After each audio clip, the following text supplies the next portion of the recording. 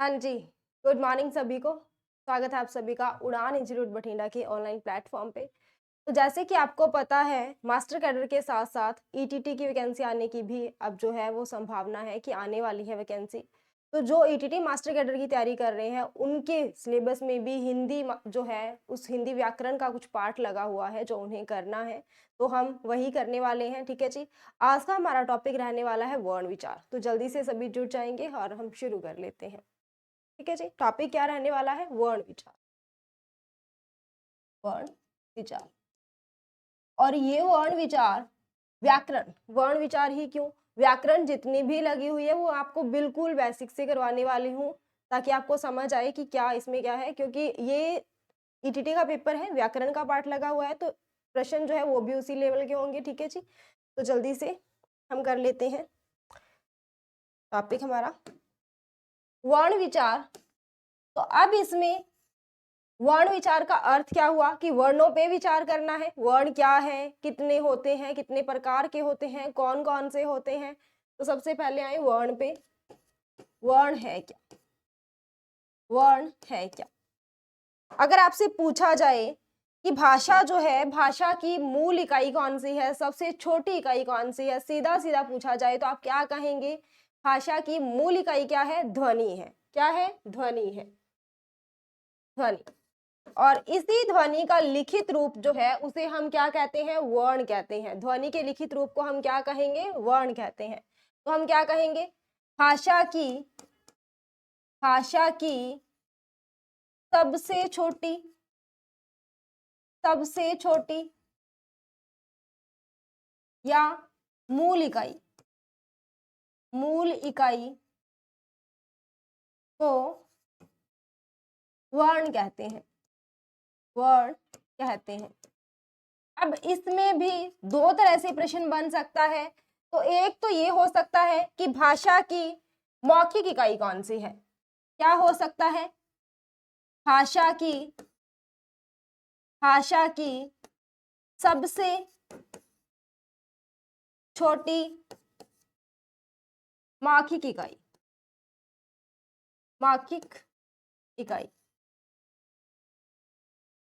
और दूसरा ये हो सकता है कि भाषा की सबसे छोटी, भाषा की सबसे छोटी लिखित इकाई, लिखित इकाई। दोनों प्रश्न अलग अलग है। इसमें मौखिक पूछा गया है तो मौखिक इकाई क्या होगी? ध्वनि होगी, ध्वनि। और लिखित पूछा गया है तो लिखित क्या होगी? वर्ण होगा। ठीक है जी, क्योंकि ध्वनि हम जो बोलते हैं, जो हमारे मुख से आवाज निकलती है वही ध्वनि है। जब हम उनको लिखित रूप देते हैं तो वो क्या है? वर्ण हो जाती है वही ध्वनि। ठीक है जी, तो अब ये प्रश्न दोनों अलग अलग बन सकते हैं। अगर सीधा पूछा जाए कि भाषा की सबसे छोटी इकाई क्या है, तो वहां पे एक ही दिया होगा, या तो वर्ण या ध्वनि। जब ये पूछ लिया जाए कि मौखिक इकाई कौन सी है सबसे छोटी, जब वर्ण और ध्वनि दोनों ऑप्शन में होंगे तो मौखिक कौन सी है? ध्वनि, जो मुख से ध्वनि निकल रही है। और वर्ण क्या हो गया? तो वर्ण लिखित इकाई होगी सबसे छोटी। अब वर्ण जो है, हम अक्षर और वर्ण, एक है वर्ण और दूसरा है अक्षर। हम क्या करते हैं कि वर्ण और अक्षर को एक ही करते हैं। तो वर्ण क्या है? वर्ण तो सबसे छोटी मूल इकाई है, ना इसके कोई खंड है ना इसका कोई अर्थ है। वैसे ही अक्षर है, पर अक्षर क्या है? दो वर्णों से मिलकर बनता है। इसमें क्या है? जैसे ये क लिखा है तो इसमें हलंत है, पर इसके साथ क्या है? स्वर आएगा। स्वर आएगा तब ये पूरा जो है वर्ण क्या बनेगा? अक्षर। और हिंदी भाषा की जो लिपि है, कौन सी? देवनागरी लिपि। हिंदी भाषा की लिपि कौन सी है? देवनागरी लिपि। ये क्या है? अक्षरात्मक है, अक्षरात्मक है। हम कोई भी शब्द लिखते हैं तो हम क्या है? अक्षरों से शब्द बनाते हैं। वर्णों से अक्षर बने हैं, अक्षरों से शब्द बने हैं। ये आप ध्यान रखेंगे। इनको थोड़ा और विस्तार से देख लेते हैं। जैसे वर्ण, ये वर्ण है, तो ये हुआ वर्ण जो मैंने अभी लिखा, इसमें स्वर जुड़ा है तब ये पूरा वर्ण बना है। और अब ये क्या है? अक्षर हो गया। अब अगर मैंने कोई भी शब्द लिखा, मैं कोई भी शब्द लिख रही हूँ, मैंने लिखा कमल, कमल, तो इसमें कितने वर्ण हैं, कितने वर्ण हैं? क्या में हलंत है, इसके साथ ए स्वर मिला हुआ है, फिर मैं में हलंत है, इसके साथ ए स्वर मिला हुआ है, फिर ले में हलंत है और इसके साथ ए स्वर मिला हुआ है। कितने वर्ण हुए इसमें?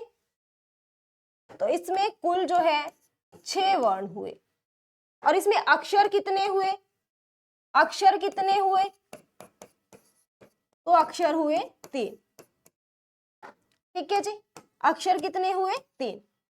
अक्षर जो है वो वर्णों से मिलकर बनते हैं और वर्ण जो है वो क्या है, इसकी भाषा की मूल इकाई है। और प्रश्न एक ये आया हुआ था कि भाषा जो है उसकी लिपि, देवनागरी लिपि, हिंदी भाषा की देवनागरी लिपि जो है वो अक्षरात्मक है, वर्णात्मक है या ध्वन्यात्मक है? तो हमारी जो देवनागरी लिपि है वो अक्षरात्मक है, क्योंकि सारे शब्द हमारे अक्षरों से मिलकर बने हैं। ठीक है जी, हो गया वर्ण। तो वर्ण के भेद कौन कौन से हैं? आगे आ जाता है वर्ण के प्रकार। ये सारे जो है बेसिक से बिल्कुल सामान्य प्रश्न है जो बन सकते हैं। वर्ण के प्रकार, वर्ण कितने प्रकार के होते हैं? वर्ण 2 प्रकार के होते हैं, 2 प्रकार के होते हैं। 2 प्रकार कौन कौन से हैं? 2 प्रकार कौन कौन से हैं?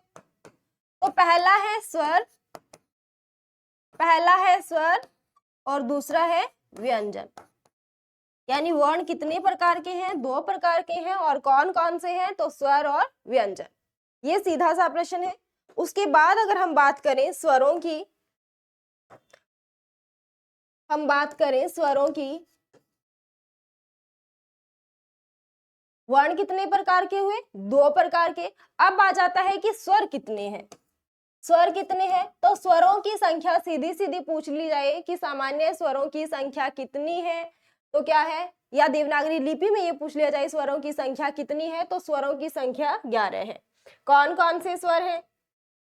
कौन कौन से स्वर हैं हमारे? मुहारनी, पंजाबी में मुहारनी और हिंदी में 12 खड़ी, सबने याद की होगी, है ना? तो क्या है? दीर्घी, उ, दीर्घ उ। फिर इसके बाद अब री का स्थान, ये ध्यान रखना है, किसके बाद आता है? री का स्थान उ के बाद आता है और ए के पहले आता है। ठीक है जी, और ऐ इसके बाद ओ, औ, औ। ये क्या हो गए हमारे? 11 स्वर हो गए। आप इनमें कॉमा लगाना चाहें लगा लो। 11 स्वर हो गए। अब बात आ जाती है कि मात्राएं कितनी है। स्वर कितने हैं? 11 है। मात्राएं कितनी है ये पूछ लिया जाए तो मात्राएं कितनी है? मात्राएं 10 है, क्योंकि री जो स्वर है, री की कोई भी मात्रा नहीं होती है, री की कोई भी मात्रा नहीं होती है। सॉरी, री की क्या बोल रही हूँ, ए की कोई भी मात्रा नहीं होती है। मैं ये बता रही थी कि री जो है उसको स्वरों में नहीं गिना जाता है। भोलानाथ तिवारी जो है, भोलानाथ तिवारी जो है, तिवारी जो है वो कितने मानते हैं?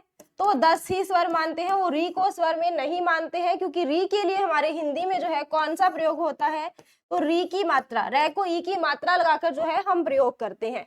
कितने स्वर हैं? 11 स्वर हैं। मात्राएं कितनी है? 10 है, क्योंकि ए की कोई भी मात्रा नहीं होती है। हम कैसे पढ़ते थे स्कूल में? ए मुक्ता आ करना, ऐसे बोलते थे ना, तो ये मुक्ता स्वर है, यानी इसके साथ कोई भी मात्रा नहीं है।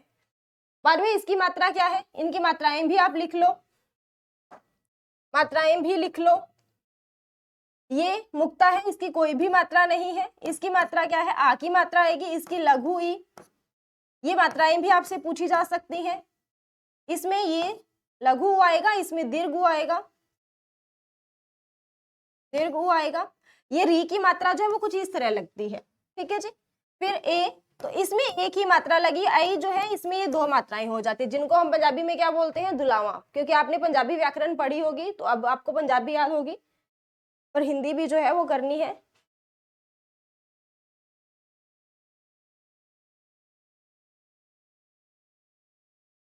ठीक है जी। फिर इसकी एक मात्रा ओ और ये औ, यानी कौन कौन सी मात्रा ये होगी, ये होड़ा गरोड़ा वाली, पंजाबी में अगर बताऊं तो ये सारी हिंदी में हमें याद रखनी है। आ की मात्रा ई, लघु ई, दीर्घ ई, लघु उ, दीर्घ उ, री, ए, ऐ, ओ, औ। फिर दो और आते हैं, दो और, क्योंकि ये अगर सीधा सीधा पहले ये था कि कुल स्वर कितने हैं, कुल स्वर दो और माने जाते थे, 13 गिन लिए जाते थे, पर 13 जो दो बाकी बचे हैं, ये दो अनुस्वार और विसर्ग, अनुस्वार और विसर्ग, ये क्या है, अयोग वाह है, अयोग वाह है।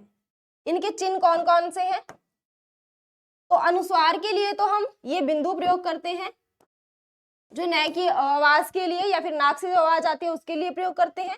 फिर विसर्ग जो है वो इस तरह का है कुछ, ठीक है, ये दो बिंदु लगते हैं, पर इनका विसर्ग का प्रयोग अधिकतर किस में होता है, तत्सम शब्दों में होता है। तत्सम शब्द आपको जो है ये तत्सम तद्भव भी लगे हुए हैं, तो तत्सम भी ध्यान में रखना है कि तत्सम शब्द कौन से होते हैं, जो संस्कृत से ज्यों के त्यों, संस्कृत से बिल्कुल बिना किसी परिवर्तन के हमने क्या है अपना लिए हैं, वो क्या कहलाते हैं, तत्सम कहलाते हैं। अयोग वाह, 11 के 11 स्वर करने हैं, तो स्वरों में अयोग वाह भी हमें करने हैं। पहले तो इनकी संख्या ही पूछी जा सकती है, अयोग वाह जो है वो कितने हैं, अयोग वाह की संख्या कितनी है, 2 है। फिर अयोग वाह होते क्या है, अयोग वाह होते क्या है, तो जो वर्ण न तो स्वर है, न व्यंजन है, व्यंजन है, और ए की सहायता से बोले जाते हैं, ए की सहायता से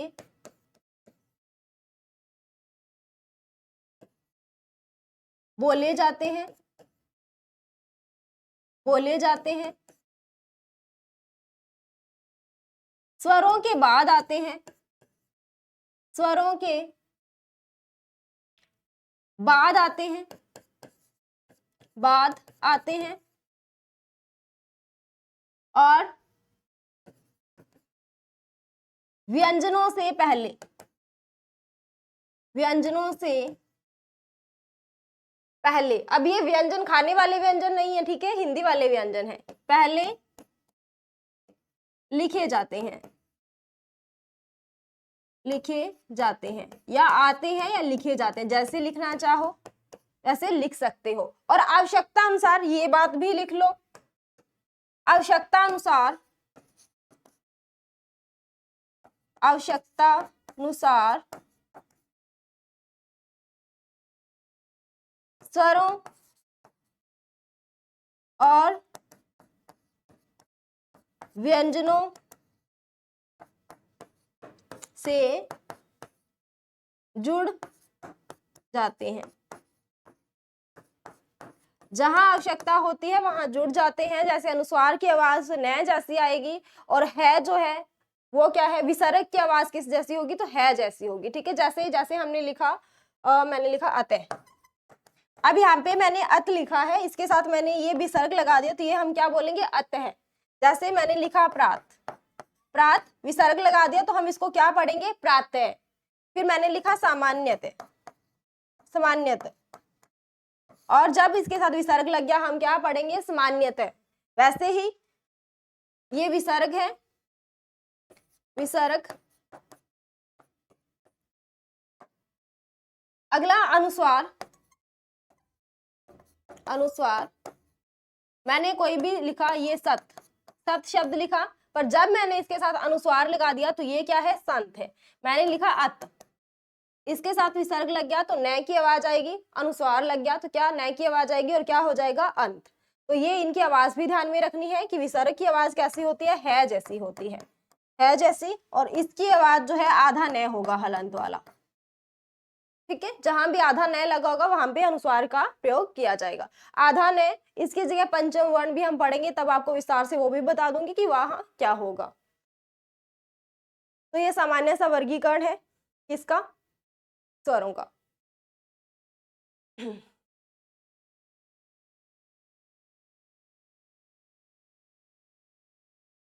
चलो आगे देखते हैं। अब स्वर जो है वो कितने प्रकार के हैं? स्वरों के प्रकार, स्वरों के प्रकार, और किस आधार पर प्रकार देख रहे हैं हम? ये किस आधार पर ये प्रकार देख रहे हैं हम? तो मात्रा के आधार पर, मात्रा के आधार पर। यहाँ नहीं, यहाँ लिखते हैं। पहला वर्गीकरण हम मात्रा के आधार पे करते हैं, मात्रा के आधार पर। बिल्कुल सामान्य सी बातें आपको बताऊंगी आज मैं। जैसे मात्रा के आधार पर कितने स्वर होते हैं? तो 3 प्रकार के हैं। पहला प्रश्न तो यहीं से बन जाता है कि मात्रा के आधार पर स्वर कितने प्रकार के हैं? तो 3 प्रकार के हैं। कौन कौन से 3 प्रकार हैं? पहला है लघु स्वर, दूसरा है दीर्घ स्वर, दीर्घ स्वर, और तीसरा है प्लुत स्वर, प्लुत स्वर। लघु को हम और क्या कहते हैं? तो इसको हम हरीश स्वर भी कहते हैं। इसको हम क्या है? हरीश स्वर भी कहते हैं। सबकी एक जैसी ही गिनती करते हैं, हरीश स्वर भी कहते हैं। अब लघु स्वर या हरीश स्वर होता क्या है? लघु स्वर या हरीश स्वर, हरीश स्वर, और तीसरा नाम हम इसका लेंगे मूल स्वर, मूल स्वर। ये मैं आपको विस्तार से आगे बताऊंगी कि हम इनको मूल स्वर क्यों कहते हैं। ठीक है। अब लघु स्वर, लघु से आप क्या समझते हैं? छोटा। हरीशु से वही है, और मूल स्वर यानी जो मूल ध्वनि है। तो लघु स्वर क्या है? जिस स्वर के उच्चारण में, जिस स्वर के उच्चारण में एक मात्रा का समय लगता है। क्या लगता है? एक मात्रा का समय लगता है, समय लगता है, उसे क्या कहते हैं? क्या कहते हैं उसे? उसे हरीश स्वर कहते हैं, हरीश स्वर कहते हैं। और इन्हें ही मूल स्वर भी कहा जाता है और लघु स्वर भी कहा जाता है। मूल स्वर क्यों कहा जाता है? पहले तो इनकी संख्या देख लो कितनी है। इनकी संख्या कितनी है? तो ये लघु स्वर या हरीश स्वर जो हैं, ये 4 हैं। ये 4 हैं। कौन कौन से हैं? ए है, ई, उ और री, ये 4 ही हैं। अब यहाँ इनको मूल स्वर इसलिए कहा जाता है क्योंकि ये किसी के संयोग से नहीं बने हैं, अपने आप में पूर्ण इकाई है। ना इनमें किसी का संयोग है, ना कुछ और, ना इसमें कुछ जुड़ा है। ये अपने आप में पूर्ण इकाई है, इसलिए इन्हें क्या कहा जाता है? इन्हें हरीश स्वर कहा जाता है, मूल स्वर कहा जाता है और लघु स्वर कहा जाता है। इनकी मात्राएं भी ऐसी ही हैं। इसकी भी हम इसको क्या बोलते हैं? लघु ई, और इसको लघु। वैसे ही री की मात्रा ये है। ठीक है जी। उच्चारण में भी हम इनकी, जैसे मैंने कमल लिखा तो कमल में ए आ रहा है, कमल। मैं इसको एक साथ ही लिख देती हूँ, दूर दूर क्यों लिख रही हूँ? कमल। तो ये हमने जल्दी जल्दी बोल लिया। वैसे ही मैंने लिखा जिस, जिस। अब यहाँ पे इसको अगर दीर्घ ई लगे होते हैं हम बोलते हैं जीज। ठीक है। वैसे ही ऊ है तो हम क्या बोलते हैं? यहाँ पे ये लघु। इसमें ऊ की मात्रा आ रही है, यानी आवाज जो है वो एक मात्रा का ही समय लग रहा है, ज्यादा समय नहीं लग रहा है। दूसरा है, दूसरा वर्गीकरण जो है वो दीर्घ स्वर है, दीर्घ स्वर है, दीर्घ स्वर। दीर्घ स्वर क्या होते हैं? आपने सीधी सीधी बातें याद रखनी है। दीर्घ दया रहना, दया से याद रख लो 2 मात्रा का समय। हरीशम में 1 मात्रा का समय, दीर्घ में दया आ रहा है तो 2 मात्रा का समय। जिन स्वरों के उच्चारण में, जिन स्वरों के उच्चारण में 2 मात्रा का समय लगता है, 2 मात्रा का समय लगता है, उन्हें दीर्घ स्वर भी कहा जाता है। दीर्घ स्वर, दीर्घ यानी बड़ा, बड़ी मात्रा होती है इसकी, है ना, दीर्घ स्वर कहा जाता है। गुरु भी कहा जाता है इनको, और इनको संयुक्त स्वर भी कहा जाता है। इनको संयुक्त स्वर भी कहा जाता है। क्यों कहा जाता है? क्योंकि ये दो स्वरों से मिलकर बनते हैं। संयुक्त स्वर भी इनको कहते हैं। बस ये याद रखने के लिए है कि संयुक्त स्वर कहते हैं। क्यों कहते हैं? क्योंकि इनमें दो स्वर मिले होते हैं। जैसे इनकी संख्या कितनी है? तो इनकी संख्या, दीर्घ स्वरों की संख्या, दीर्घ स्वर कितने हैं? तो 7 है। कौन कौन से? बाकी जो कुल कितने 11 स्वर हैं, 11 में से 4 कौन से आ गए? हरीश स्वर आ गए। बाकी बचे 7, वो 7 के 7 इसमें आएंगे। अब ये 7 के 7 कौन से हैं? आ, दीर्घ ई, दीर्घ ऊ आ जाएगा, ए, आई, ए, आई। जब इनको स्वरों में लिखा जाता है तो इसकी मात्रा एक ही है, पर जब हम इसको शब्दों में प्रयोग करते हैं तब इसकी दो वो डंडियां, जिसको हम कहते हैं दुलावा वाली मात्रा आती है। ये ध्यान में रखना आप, ठीक है। ये ओ है और ये औ है। ये सारे क्या है? ये दीर्घ स्वर है। अब ये दीर्घ स्वर क्यों है? क्योंकि ये एक तो संयुक्त है, दो स्वरों से मिलकर बने हैं, इसीलिए भी दीर्घ हो जाते हैं, क्योंकि दो चीजों से मिलकर बना है तो बड़े हो जाएंगे ना, ठीक है। पहले आ आएगा तो ये दो स्वरों से मिलकर बना है, ए और अ। फिर ई है तो ये किससे मिलकर बनी है? ई और ई, दोनों दीर्घ आ जाएंगे, ये ऊ।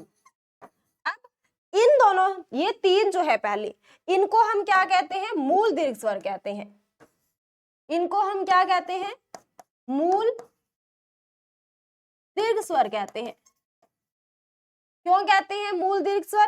क्योंकि ये मूल जो स्वर है उनसे मिलकर बने हैं। मूल स्वर कौन कौन से हैं हमारे? ए, ई, उ, इनसे मिलकर बने हैं, इसलिए हम इनको क्या कहते हैं? मूल दीर्घ स्वर कहते हैं। अब ये जो है, ये कैसे बने हैं?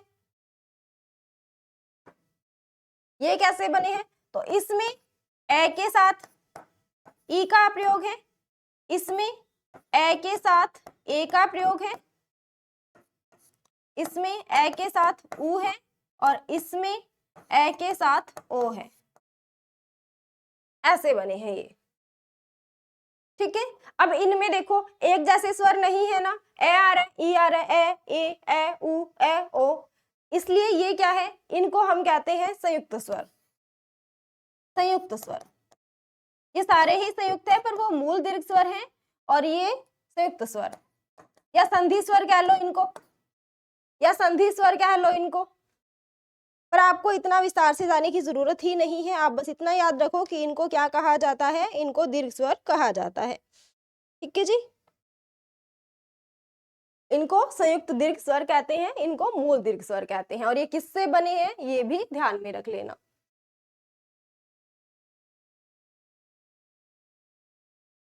अगला है प्लुत स्वर। तीसरा प्रकार जो है वो प्लुत स्वर का है। प्लुत स्वर, अच्छा ये जो सॉरी एक मिनट, री जो है ना, यहाँ आई थी री, इसका प्रयोग सिर्फ लघु में होता है, पर इसका जो दीर्घ रूप है जिसे री कहते हैं, ये थोड़ा कुछ इस तरह से लिखा जाता है। ये थोड़ा कुछ इस तरह से लिखा जाता है जब ये दीर्घ हो जाता है, पर ये री कहलाता है, और इसका प्रयोग किस में होता है? तो संस्कृत में होता है। हिंदी में ये नहीं है, हिंदी में बस आपको ये लघु री ही याद रखनी है, ठीक है। प्लुत स्वर, पहले में आपको याद है हमने एक मात्रा का समय सोचा था, दूसरे में दो दीर्घ से दो मात्रा याद रखनी, फिर प्लुत आ गया, तो प्लुत से आप याद रख लो कि इसके उच्चारण में या इनके उच्चारण में, इनके उच्चारण में 3 मात्रा का समय लगता है। 3 मात्रा का समय लगता है।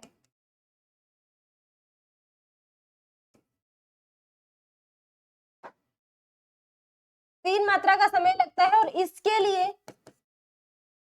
लिए हिंदी में इसके लिए हम ऐसे लिख लो, 3 अंक जैसा, 3 अंक जैसा, एक मिनट, 3 अंक यहां लिख लेते हैं, 3 अंक जैसा चिन्ह प्रयोग करते हैं, प्रयोग करते हैं। और इसका प्रयोग जो है, ये ध्यान रखना, हिंदी में बहुत कम होता है। इसका प्रयोग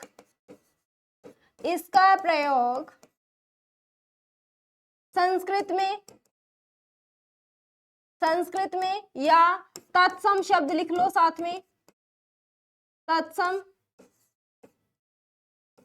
शब्दों में अधिक होता है, शब्दों में अधिक होता है।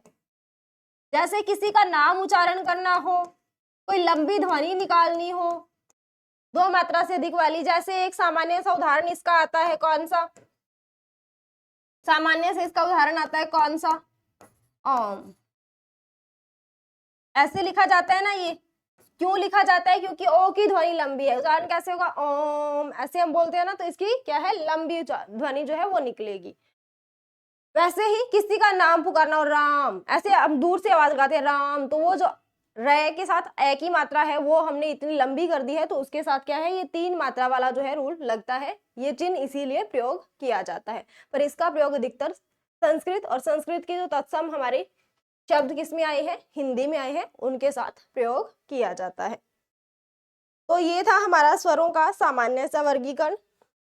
आगे इसके जो है व्यंजन है, व्यंजनों का सामान्य वर्गीकरण और स्वरों के जो जान स्थान आदि हैं वो हम आगे की क्लास में करेंगे। तो थैंक यू सभी को, उम्मीद करती हूँ कि सभी को ये समझ आया होगा। मिलते हैं कल अगली क्लास में।